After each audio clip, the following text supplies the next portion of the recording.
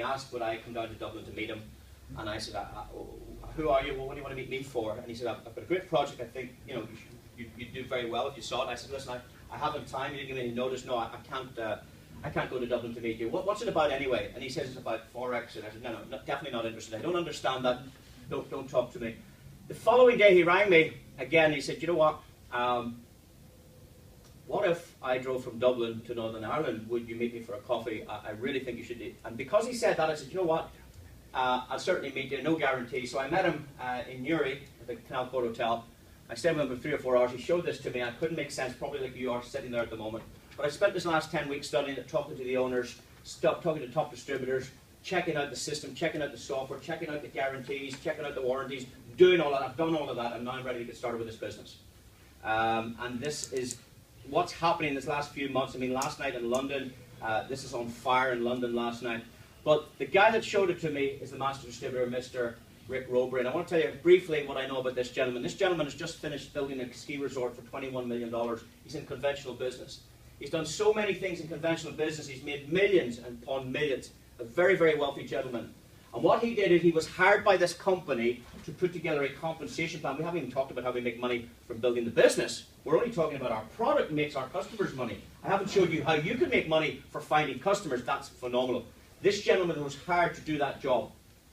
And he put together a phenomenal compensation plan. We can cover that a little bit later. But please give a warm Irish welcome to Mr. Rick Rowberry, please.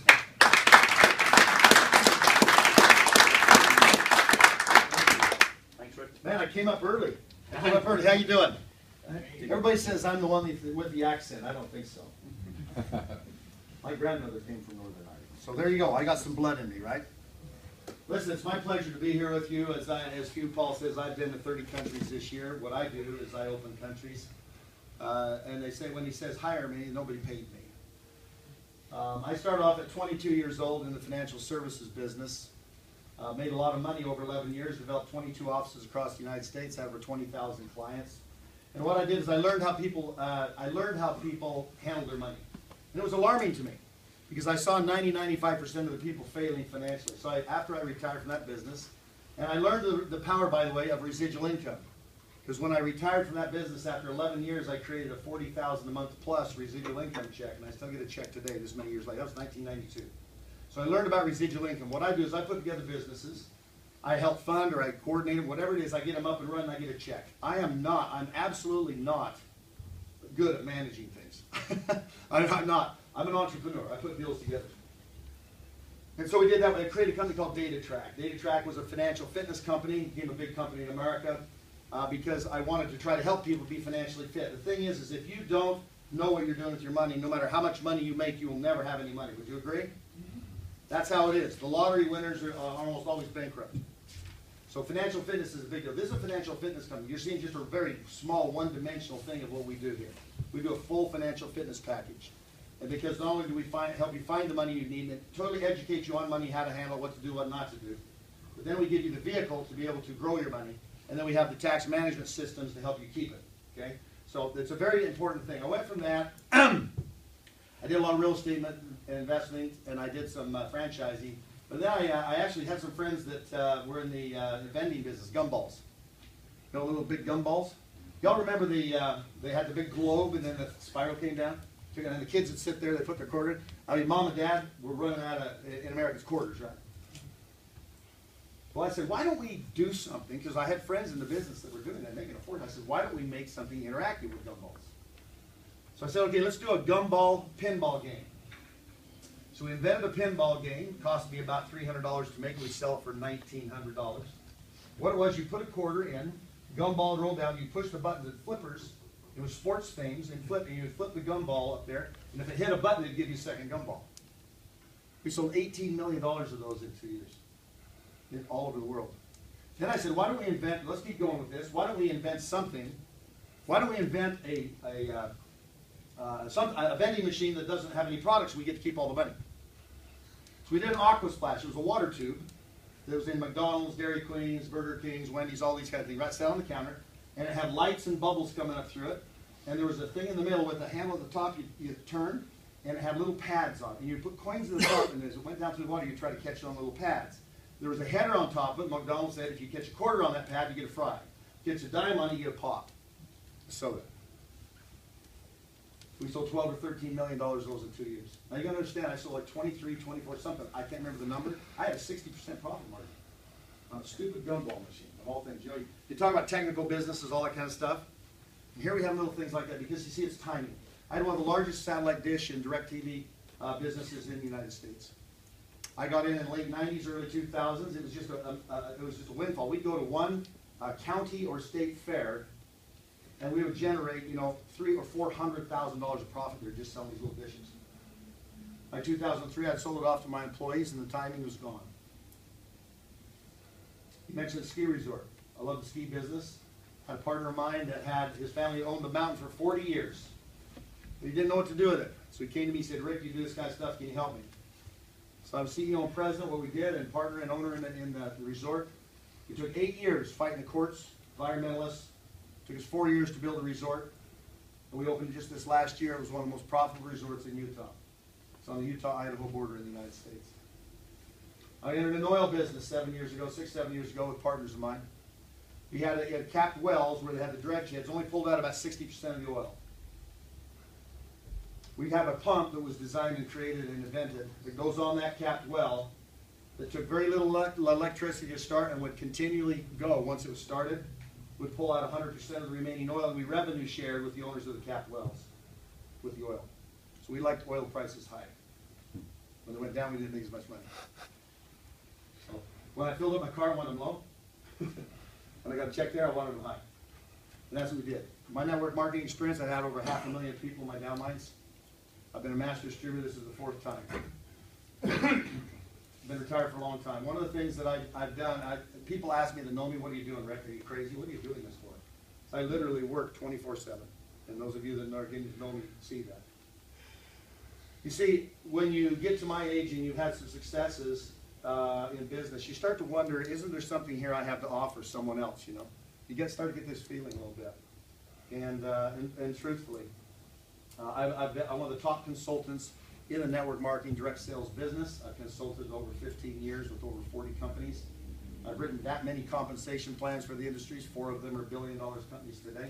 I wrote this compensation plan. It's the most lucrative in the industry, not only in networking, but in direct sales, period. And I went down to help them start putting their company together. I knew the corporate team, and the corporate team asked me to come down and help them. I did that free of charge. I live 3 hours north of Salt Lake City, Utah, in Idaho. It's an easy drive. Have you ever heard of Salt Lake City, Utah? You know anything about network marketing? It's the same thing. 80% of all companies in the world are centered in Salt Lake City, Utah. So it was easy for me to go down there and help companies and friends of mine. I know most of the owners of the companies. So I went down there helping for 2 or 3 weeks, kind of putting things together, doing comp plans, I do marketing plans, I do business plans professionally for all companies. And what I did is I was helping them get their company off and running. They'd been putting it together for about 2 years. I've been doing the trades and developing a track record for a couple of years. This was the summer of 2014 when this happened. We got to the point where it was ready to go to market, and I said, okay. I hadn't written the comp plan. I'd given some pointers on it as a consultant. And they said, I said, who do you have in mind for master distributor, key distributor, right? And we're sitting in a room about this size, maybe half this size, and the owners here in the corporate team, they start smiling at me. Now, it always makes you nervous when people start smiling at you. You know they got something going on, right? And they said, well, you, Rick, you're the only one to do this. And I turned them down flat. I was not going to do this again. And over 2 or 3 weeks more, I helped them. They continually asked me. At some point, I finally said yes, and this is what I had to come to. I had to realize this, and I've said this in many meetings all over the world. One of the things that Rick Rowberry did was I feel like I've been extremely blessed in my life in many ways. And everything that I know, everything I've learned in business, my successful business, if I just went to a rocking chair somewhere, what good was all of it? Why did I do it? So I thought, why don't I have some kind of an opportunity? Maybe I get passionate about this one. It's in my wheelhouse, so to speak, in the financial area, which I've always been in. Why don't I hand off the baton to the next great generation of global entrepreneurs? Pretty simple concept, right? And create a legacy company. See, what I do professionally is I keep companies in business. That's what I do. I work with retention issues. I work with customer flow. I work with all of the background, the marketing issues, the demographic issues. That's what I do. I do that for my own businesses, and I do that for others. So why don't we create a legacy company that 30, 40 years from now, we're proud that we created, something that we created. Now, I started, when I said yes, the first 6 weeks, I put 2,000 people in it. I made 3 phone calls. Let me tell you why that happens. The most important thing to me in my life, in my entire life, was my name, Rowberry. It's an English crest. I come from this area, all over, right? My dad taught me, Rowberry name is important. My grandfather taught me Rowberry names, we protected that name, and so I chose my projects carefully. You can't find bad things about Rick Rowberry out there because I never took a chance with that name, right? So what I did is when I decided to put my name on this, the people that knew me wanted in. See, if you have that happen, that means you've done something right. If you struggle with having a following, that means you've done some things wrong. But that can be corrected, see. That can be corrected. So we started off those people. I started with 20 of my friends. 2 years later, over 90,000 people in 53 countries here. Now that's a success story before the compounding effect starts to happen, right? Because compounding happens in everything. It happens in businesses. It happens in sales organizations. It happens in leadership teams. It happens in product. It happens with returns on investments. So what I did is I had to come to grips that this was going to be my legacy company. It was going to be something I could be proud of, something I could create, something that's going to be here forever. I would never put my name on this thing if I didn't believe it was going to be here 50 years from now. I'm involved in every decision that's made. I'm the one that originates most of those decisions. With both the owners and the corporate team, they're like my brothers and sisters. We all share the same wants, needs, and desires, about what we want this company to be. Now, I will tell you this, consulting with numerous ownership groups out there, most owners of these companies are idiots. Truthfully, they really are. They're fools. They have no business owning a business, but yet they want to get rich, so they think that they're getting into the network marketing arena. Somehow they're going to come up with a juice or a lotion or a potion or something like that, and all of a sudden they're going to have a lot of money. Well, that doesn't really work for them for very long. When I talk about network marketing or I talk about direct sales, I talk about this kind of thing, it's just another project. I look at every project on face value, guys, every project. And I look at it and I say, what's the best way to get this out to the end user? With the ski resort, for example, we had to see, what kind of a demographic can we pull from? Well, maybe we figured there's 300,000 people that would come to our resort if they're all skiers, which they weren't, before they go to another resort because of proximity and other things, right? We figured that there were 50,000 people that had skied or snowboarded. And so if we got 1 or 2% of those people to buy season passes, we could be a very profitable enterprise, right? And when we knew that, we knew how to build a resort. We knew how many ski lifts to get. We knew how to design the runs. We knew all of that stuff. When I did the business plan for this business right here, see, I always follow a pathway. I believe that without a business plan, you're lost. It's like a ship without a rudder, right? And so when we developed a business plan here, and I looked at the demographic, what do you think the demographic is for this worldwide? How many people in the world would like to do better with their money? Everyone. This is bringing Main Street to Wall Street. It's Main Street to Wall Street. Nobody's ever done this. And see, so it's category creating. That's the main thing you got to understand. I knew it's category creating. Category creating companies are always billion-dollar companies if they're run correctly. Some of them are not run correctly. They could have been billion-dollar companies if they'd had different ownership. Now think about this for just a minute. Billions of people. I predict, and I predict numbers for companies all the time, and I'm very rarely off too far. I believe that WG will be the largest network marketing company in the world 5 years from today. On our current trajectory and our ability to open markets quickly and to move fast with it, and a product that's worldwide in every country already, we don't have to ship, we don't have to warehouse, we don't have to source all of the ingredients to a product, nothing that other companies do. Companies right now that are billion-dollar companies are just now, out of the United States, are just now opening up Australia. They've been in business 7, 8, 9 years, right? Australians call me and say, when can we open Australia? I said, give me an hour. Give me an hour. So it's different. We are a customer acquisition company. We're not a recruiting machine. I have 2 goals as master distributor, 2 responsibilities. The number 1 responsibility is to make sure that we acquire the right kind of leadership. Because I asked for 2 things when I came here, 2 things. I asked, let me write the compensation plan, because I think I'm the best at it. There's 3 of us that really write most of them. And I said, number 2, let me create the culture of the company. You know what the culture of the company is? Well, you know what the culture of the company is? People. It's people. The culture of the company, now think about a company in Ireland here. Think of a company that you say, that's a good company, right? It's a good company to work for.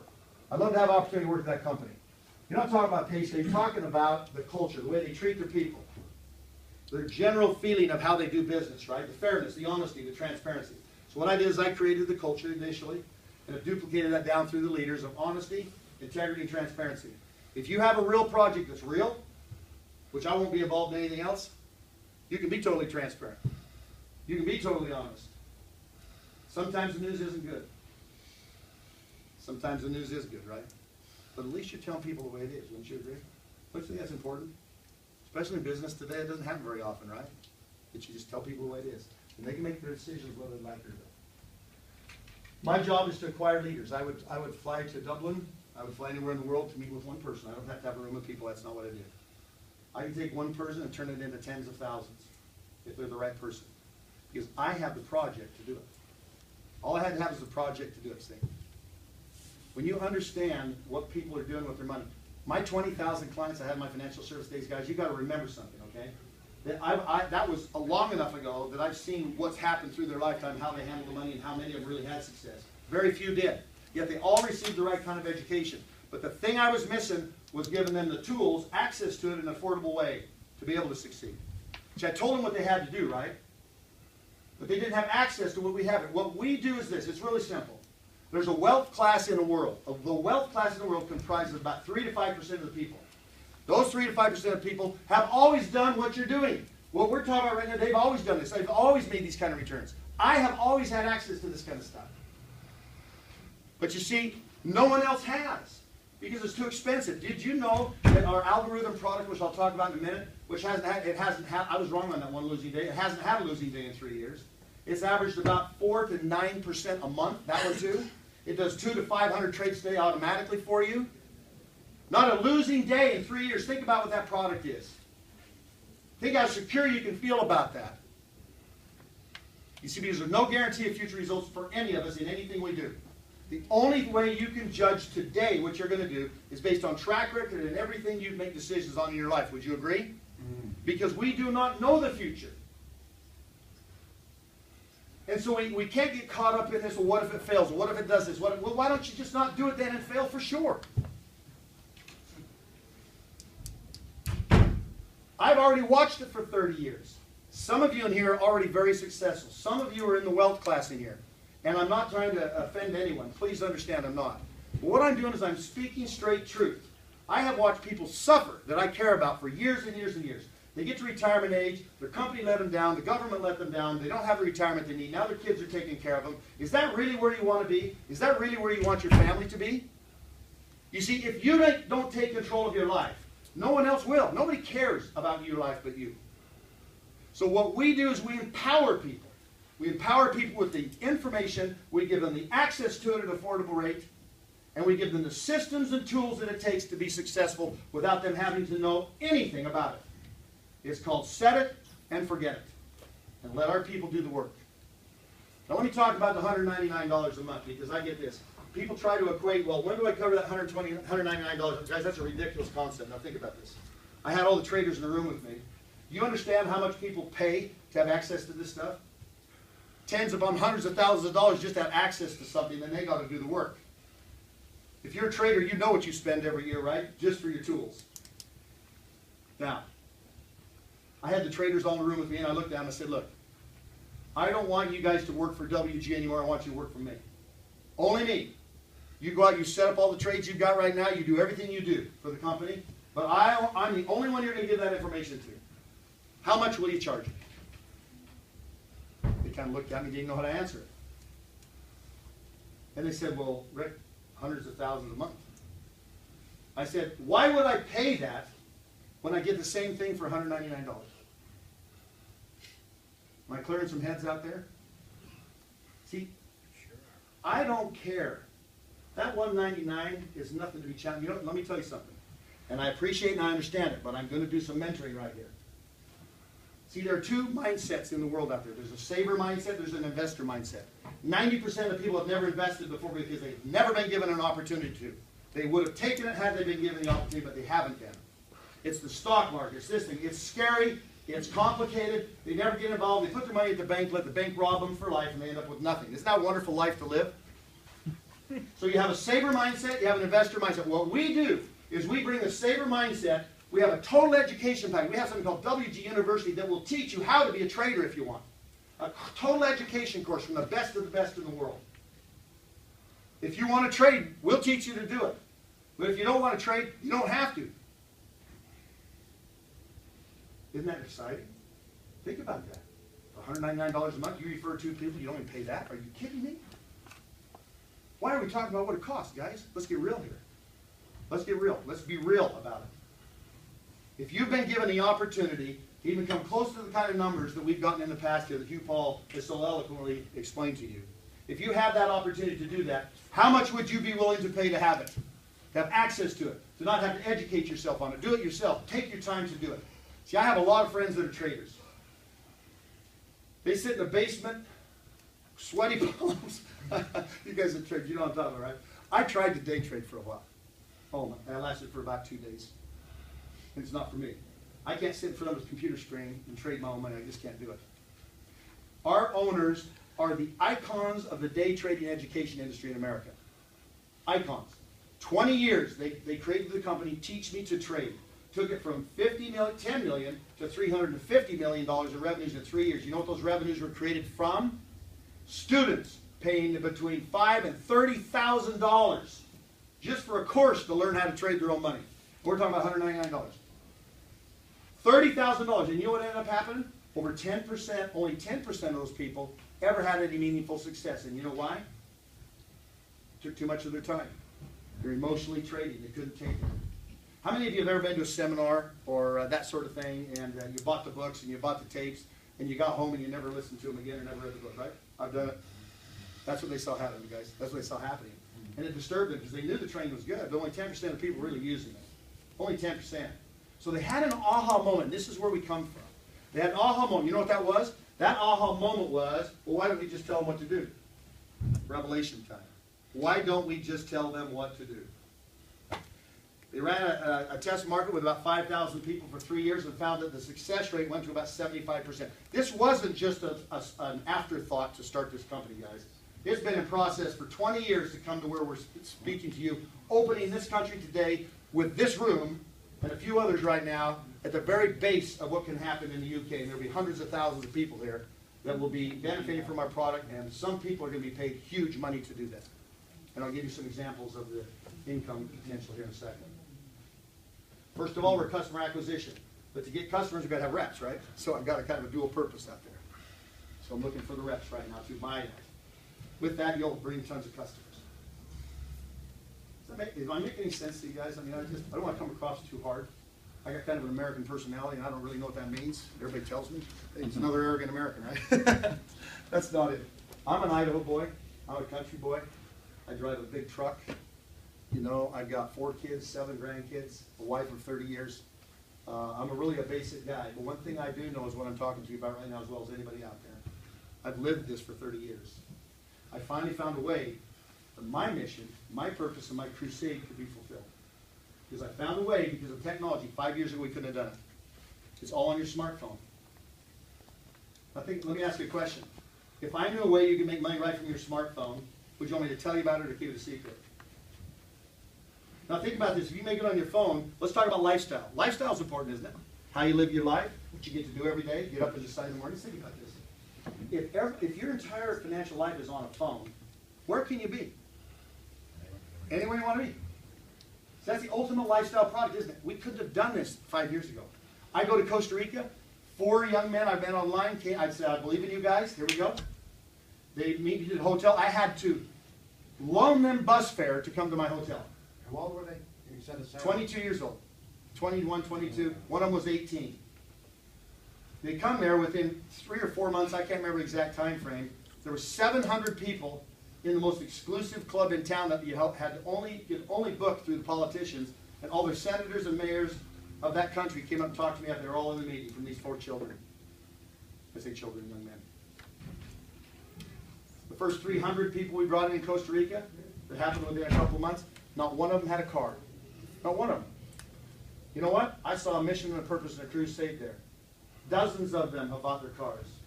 Dozens of them make 4 and 5 and 6 times more than their parents have ever made in their lives. That's worth something, isn't it? Had a young man from Ecuador. Young man from Ecuador, I might get a little emotional here because I'm a normal guy, okay? A young man from Ecuador, 20 years old, contacts me on Facebook. He says, Rick, I believe I can do this. He spoke a little bit of English so we could communicate. He says, I believe I can do this.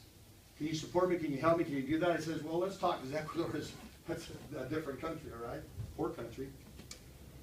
And he said, to communicate, I really need a phone. Can you help me get a smartphone if we come to work together? I said, here's what I'm going to do, just like my kid, right? I said, do you have any money? He said, no. I said, I'll tell you what you do. You go out and work and you earn $350. The phone was $1,000 down there for an iPhone. They're about twice as much money. The government takes a cut on it. You earn $350. I said, when you do that, I'll pay the difference. He called me back in 6 weeks. He said, Rick, I got my money. So I wired him a Western Union the difference. He bought his phone. Then we had a convention in Las Vegas, our annual convention with the company, back about 2-3 months ago. And I talked to him, and I thought, wouldn't that be something to bring this kid to America from Ecuador? Give him a chance to see the dream, to really expand. And so I said, I'll bring you to America. I'll pay your expense. I'll do everything. Okay? But I said, you got to have a passport and a visa, right? So he goes and gets his passport. That was easy. He applied for his visa. And in his city, they wouldn't let you do that, the consulate there. So he had to travel 12 hours by bus at night, through the night, all the way up to some other city in Ecuador to be able to get somebody to sign off on his visa. When he got there, they wouldn't even talk to him. Man, the U.S. really sucks sometimes, you know that?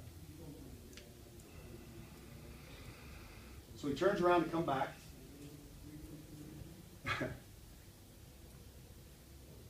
And on the way to the bus, somebody steals his phone. So, this is the hard part for me. It's his response to that broke my heart. He said, Rick, I hate to tell you, but they stole my phone. He was so proud of it, to have that nice phone where he could show people as a businessman. And he said, I don't care what they take from me. He says, I don't care what they do to me. He says, I know I'm going to make it, Rick. And the reason is because I know you believe in me. You see, there are good things we can do, little things that make a massive difference, guys, in people's lives. And yes, I got him another phone. He didn't have to work for this one. So for me, and hopefully, more than anything, I want you guys to get to know me. I'm not a presenter. I don't want to get up here and try to promote to you. I want to share me with you, okay? Why I'm here. I want to give you my heart today, because that is the main thing for me. I've always been wear my heart on my sleeve. I get hurt easy, I'm a tough guy, but I'm not. I'm kind of a soft guy, right? I came here because I believe I could change the world through this company. I believe it happens one person at a time, but with hundreds of thousands upon millions of people understanding how to have access and tools and change their financial lives. Do you understand? You cannot maximize your purpose on earth if you're struggling financially for $1 every day. You know what's really funny? People say that people with money are always thinking about money. It's just the opposite. People that don't have money are always thinking about money. You know what I mean? I never think about money. I always think about what I want to do, what we're going to do, right? Isn't that true, though? Don't you want to get on the other side of that? You wake up every day and you're thinking, if you're a good person, you're thinking, what can I do good in the world today? What's a project that really motivates and pumps me up? See, I was financially set by the time I was 31 years old. Through residual income, through my financial service business. And what it did for me is it gave me the opportunity. When I saw something good, I'm in, right? See, I didn't have to figure out. I already had my other businesses taken care of. Because I put them together and I turned them over to other people, get a check, right? I was at a point where I could do that when they contacted me. That's the only reason I could say yes here. Because I was passionate about what they did. I believed in what they did. But I knew it was going to be a long road to make it what it is even today and what it will be. And I knew we had that much of a chance to do something significant in the world. And I love a challenge when I've got at least that much. That much. And I've seen it happening. I've seen it happening already. If you just take the model we've had, right, my first 100,000 people coming here, and the different countries that are open, everywhere I travel, I wish you guys could be in my suitcase and travel with me. Because everywhere I go, cultures are different, people are different, but realistically, we're all exactly the same. We want the same things. And that's a really cool part about being able to spend your time out there in the world, right? And so what I do is I teach and I mentor and I train. And so what we've got is we have an opportunity that's factual. We don't know what the future holds, but I guarantee you we got the people that take us to the great future as well as anybody does out there. Okay? We got the best of the best in every area in this company.